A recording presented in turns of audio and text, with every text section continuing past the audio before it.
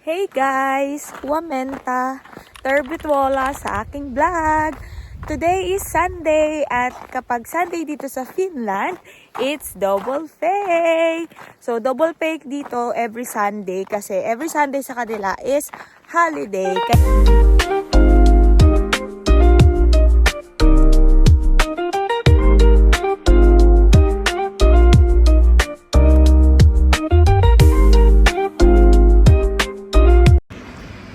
Maraming salamat nga pala sa mga masusugid kong tagapanood at nagtsatsagang manood sa aking YouTube channel at nagsishare, nagla-like at nagko-comment sa aking YouTube video.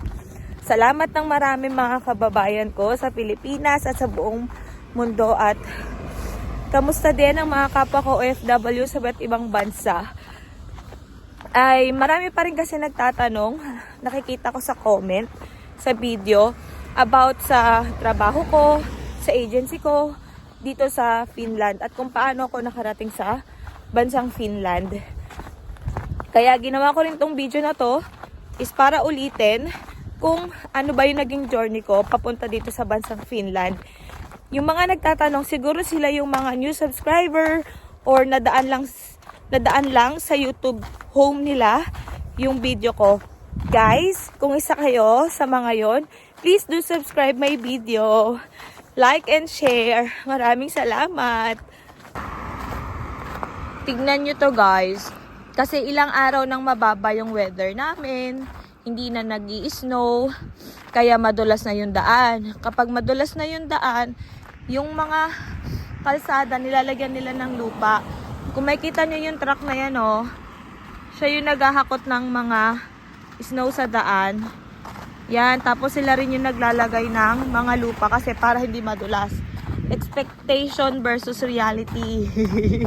Kumbaga, 'di ba sa mga nakikita natin, ang ganda-ganda ng itsura kapag winter sa isang bansa or sa snow or yung snow sa isang bansa. Pero yung totoo, pagkatapos nyon ganyan na siya.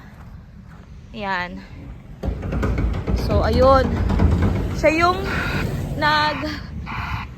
ng snow, naghahakot. Kasi nga, para hindi tuloy-tuloy yung pagtaas. Tapos, siya rin yung nagbabagsak ng mga lupa. Malapit na tayo. Ayan yung supermarket na pinagtatrabahuhan ko. Ito kasi, dalawa lang yung supermarket dito. Isang co-market, isang as-market. So, si as-market, handle yan ni Arena, isang malaking kumpanya dito sa Finland. Yan. Papasok na. Ayan, nandito na tayo sa loob ng locker namin. Dalawa lang kami ni Iling dito sa locker na to. Tapos yung iba dyan sa labas namin. Habang nagpapalit ako, pag-usapan natin kung ano yung agency ko at ano yung trabaho ko dito. Yung agency ko nga pala ay Eddie Staff Builders. Okay? First, tapos, ang trabaho ko dito, isa akong sales staff sa isang supermarket. All around, hindi lang ako cashier. Nagdi-display din ako at nagtatapon ng basura.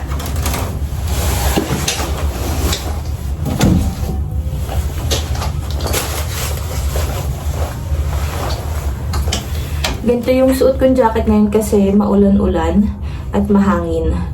So, yung jacket nila dito, tinutugma talaga sa panahon, guys. Ito, windproof jacket po. Windproof. Yung 14 kaming Pilipino na natanggap nun papunta sa bansang Finland. Tapos, ang dami nag-apply nun. Almost 300 daw. Almost 300 tapos naging 15 talaga. Kaso yung isang kasama namin naiwan dahil yung medical niya hindi pumasa. Yung ibang kasamahan ko na-deploy sila sa ibang bahagi ng Lapland.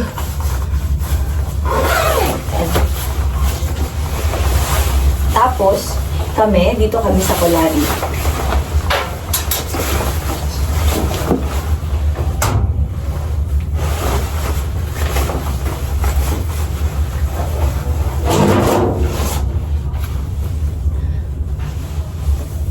Ayun, yung time na nagtuturo kasi ako nun sa Pinas, isa akong online teacher. Tapos, habang nag-scroll ako, nakita ko yung job hiring post dun sa Facebook page ni Eddie Staff Builders. Hindi ko talaga kilala si Eddie Staff Builders, guys.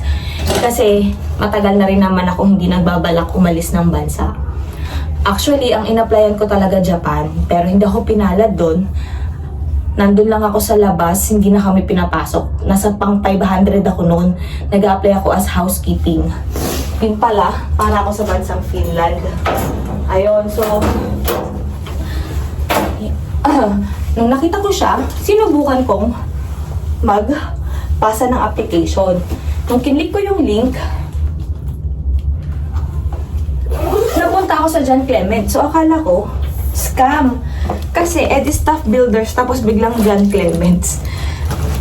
And, actually, hindi ko talaga alam or wala ko ganong idea sa bansang Finland.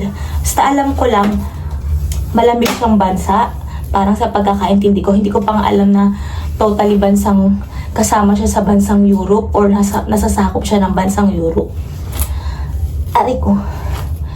Ayun, so sinubukan kong magpasa.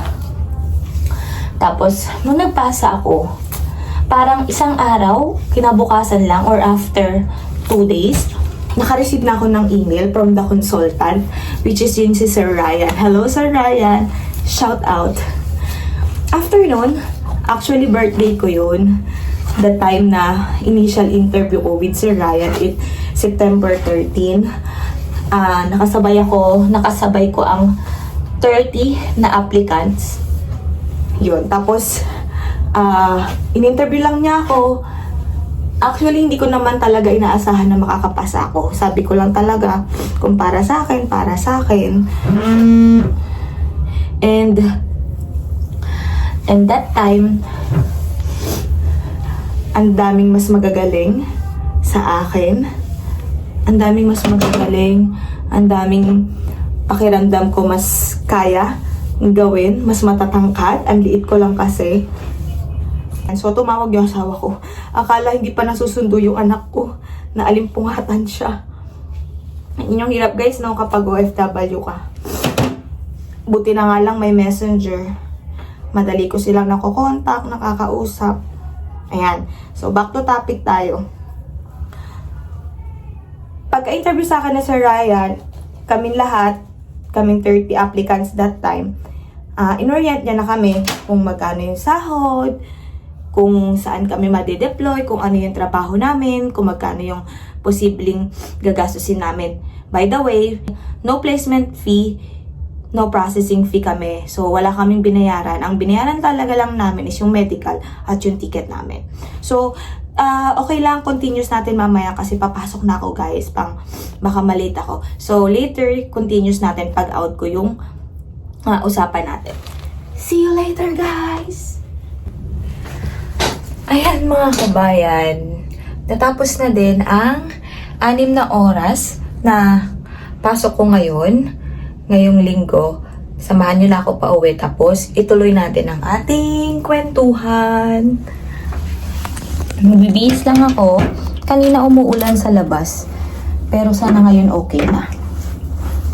Ayan.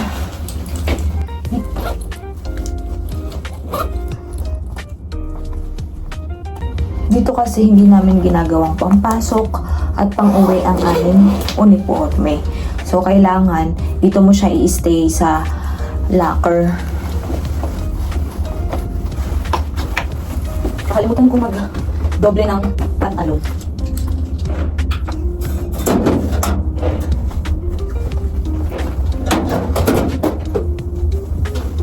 Yung pantalon, pwede mo siyang gamitin pang-uwi at pang-pasok. Hindi naman mahalata. Dito kasi, usually, pwede ka talaga magpalaba. May tagalaba kami ng uniforme. Kaso lang, matagal kasi bago ibalik. Kaya inuuwi na lang namin. Kami na naglalaba. Pero yung iba, nagpapalaba talaga sila.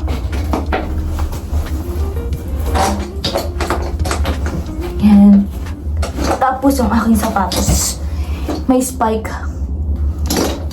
Kasi madulas na yun.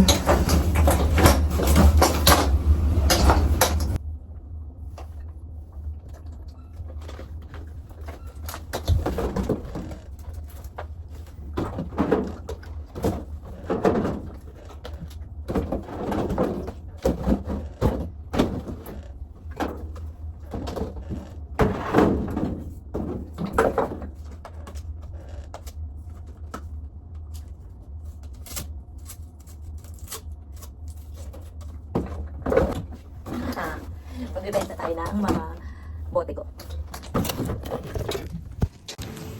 Ayan guys, napapalit ko na yung bote ko. So yung bote ko, yung mga iniinom ko kasi pag nasa trabaho. So 3 euro and 40 cents and 1 euro and 80 cents. So naka 5 euro din ako. So, magluluto ako ng Shanghai. Kaya bibili tayo ng carrots. Tapos meron akong giniling na manok. Tapos sabi, kuha tayo dito ng porka na o yung carrots. Ito ay 99 cents. Yung maganda-ganda. Ay, may ano na to. Ay, pwede pa. Ito may sira. Ito na lang siguro. Yung una ko nakita. So, 500 grams siya. Tapos, wala na kaming sibuyas. Hey!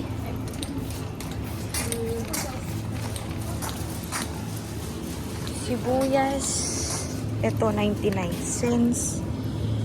Ito kasi, ito yung binibili namin ni Elaine. Pero ngayon, ito yung bibili ko. Kaso lang, malalaki.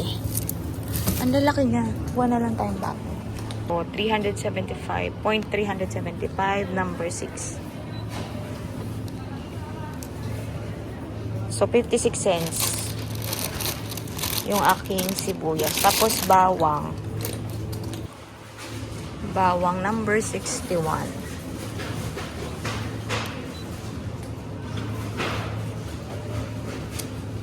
Yan. Ayan guys. So, meron akong carrots, sibuyas, bawang, at giniling ng manok. Tapos may lumpia wrapper kami, binili namin sa online kasi dito wala namang mga Asian store. So kahit sa Sweden, sa ICA wala siyang spring roll wrapper. Then kukuha lang ako ng paprika. Maglalagay pala tayo ng cheese. So kukuha ko ng cheese dyan kasi cheesy chicken lumpiang Shanghai yung gagawin natin.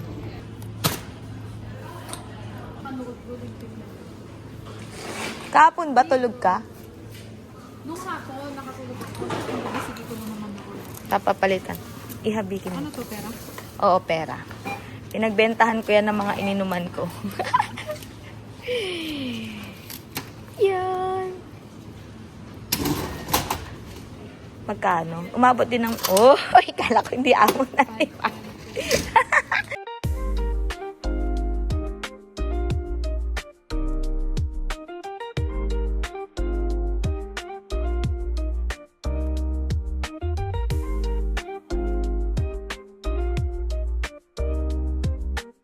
Na eh. Parang 18 nga. Yun eh. Nakamagkano ko? 8. Ayan guys. So, tapos na akong mamili. Naka 8 euro ako. Magluluto kasi ko na ang cheesy chicken lumpiang Shanghai. Yun yung uulamin na lang namin since day off ko ng 2 araw. Tapos, sa labas, doon natin pagkwentuhan kung ano pa yung journey ko nung papunta ko dito sa bansang Finland. Yung jacket na to, windproof siya sa waterproof.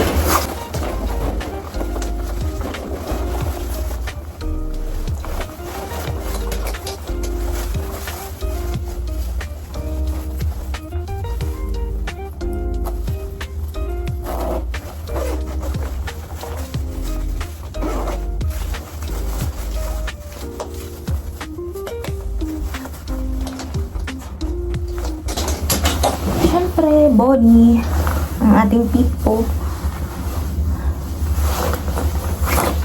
gloves. Ayan guys, out na tayo sa work.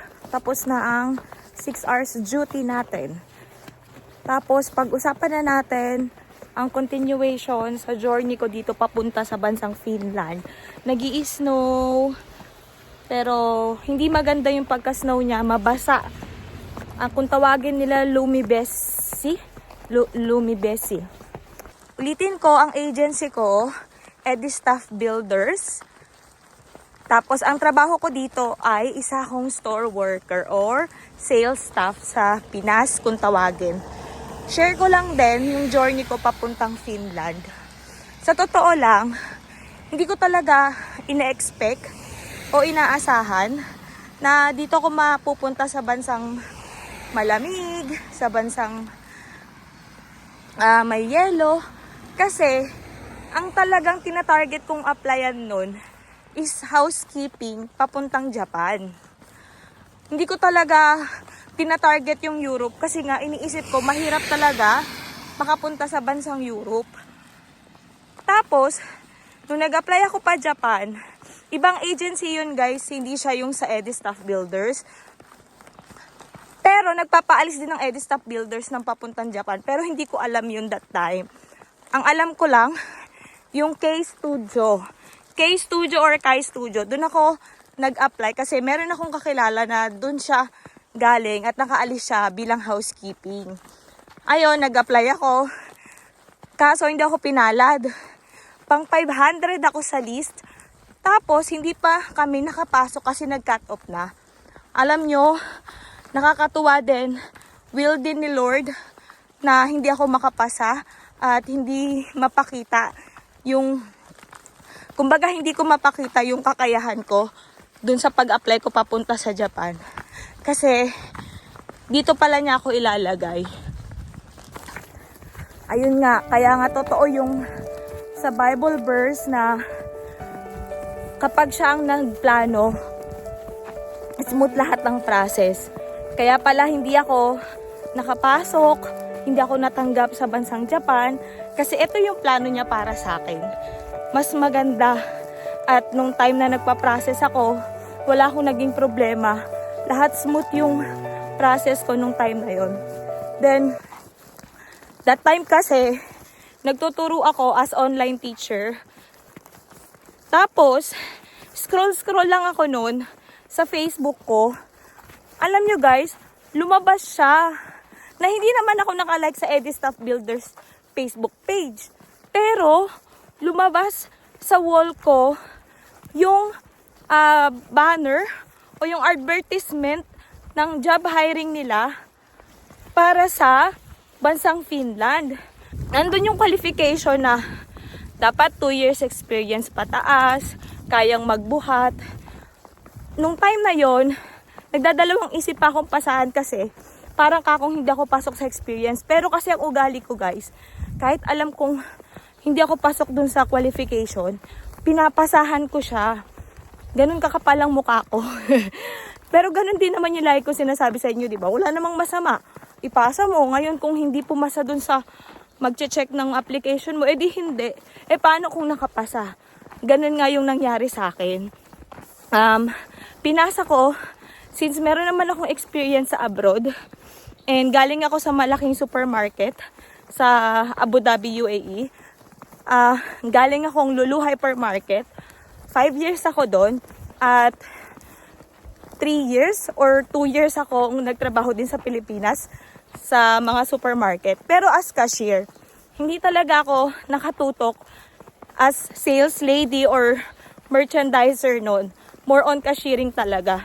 Kaya sabi ko, pasok kaya yung qualification ko kasi more on cashiering nga. And then now, nung bago ako makapasa, ang experience ko na noon is puro teaching.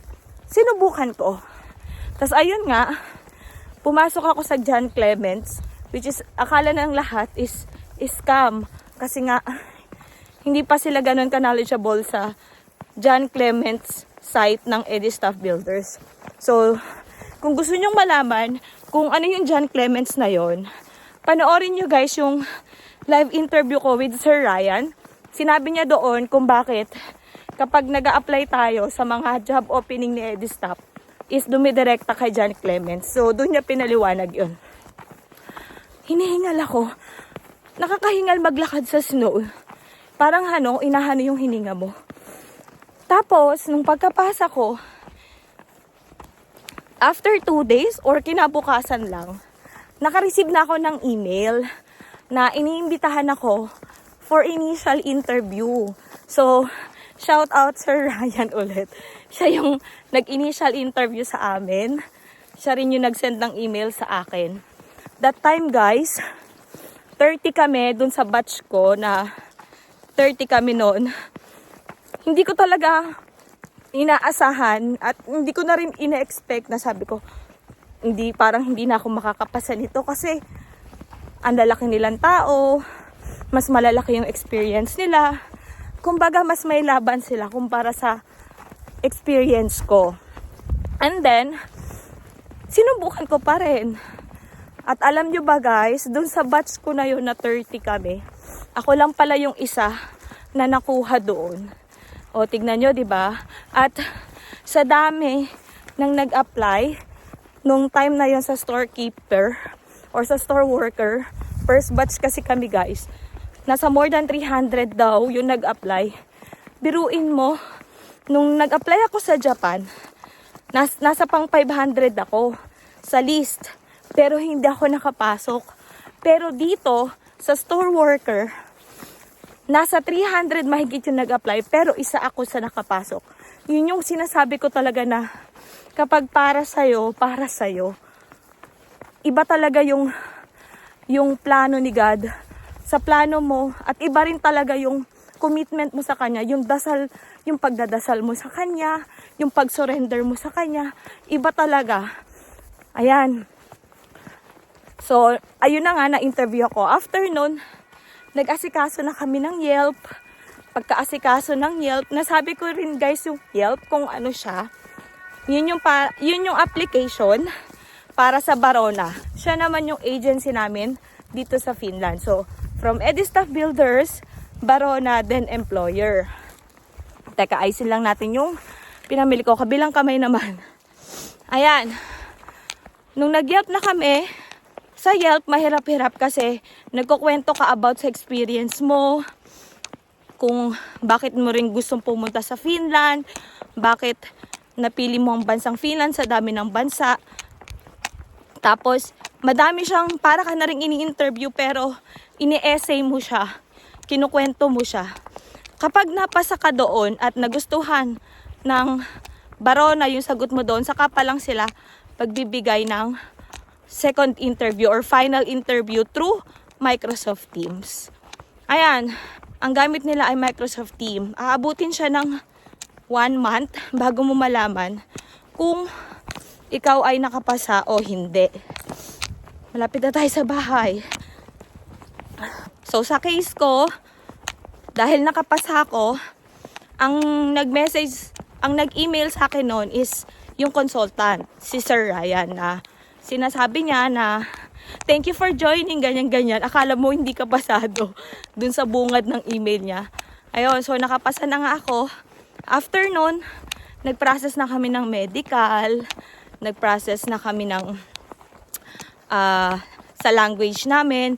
By the way, yung language pala namin, tumagal siya ng 5 months mahigit. Ayan. After nun, nag-process na rin kami ng BFS, nag-enter Finland na kami. Tapos, pinasos lang pala namin guys, yung medical namin. 2 beses kami nagpa-medical. Pre-medical tsaka yung final medical bago ka umalis. Kasi may pregnancy test dahil sa mga babae. Tapos, yung ticket, salary deduction namin siya. Kasi ikaw mag-shoulder ng ticket mo. Pero pwede namang salary deduction. Si Barona yung magbabayad. Tapos, kami rin nagbayad nung nag-apply kami ng BFS, ng visa namin. Pero, binabalik naman nila yon pagka paalis na kayo. So, bago kayo umalis ng Pilipinas, ire-refund nila yung binayad nyo sa visa, sa BFS.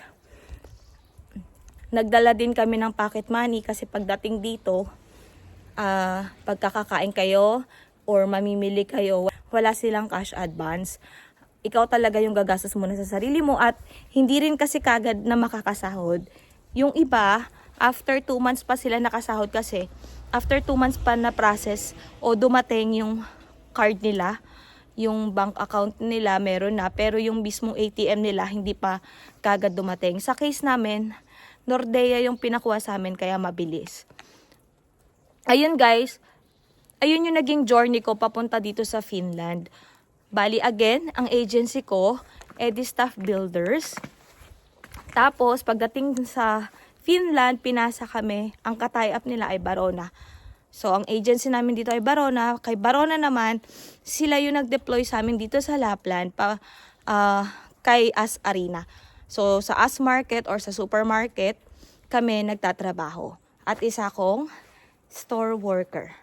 Ayun. Kasi marami pa rin akong nababasa sa comment na nagtatanong sila kung saan yung agency ko, ano yung trabaho ko, at paano ako nakapunta sa bansang Finland. Guys, sana nakatulong tong video na to para masagot yung lahat ng comment nyo. Ngayon ay nag-i-snow pero hindi maganda yung snow niya, mabasa. Malapit na rin mag-spring at summer, makakagala-gala na din kami. Sana sa susunod o sa mga susunod na buwan, kayo na rin yung nandito sa Finland at nagtatrabaho at kumikita ng euro. Kapag nandito na kayo guys, pwede nyo akong puntahan dito sa Lapland. Hindi ako makakababa ng south kasi malayo. Kung gusto nyo akong makita, puntahan nyo ako dito sa Lapland, sa As Market. Yung lagi kong sinasabi, kapag nag-a-apply ka, kapag may gusto kang gawin, lagi mong isurrender kay God. Dahil pag sinurrender mo sa Kanya, smooth lagi ang process niyan. And thank you so much for watching my vlog. Kada video ko, salamat po. Sana po i-share natin, i-like natin para mas marami pa tayong kababayan na matulungan. See you on my next vlog. Hey pa!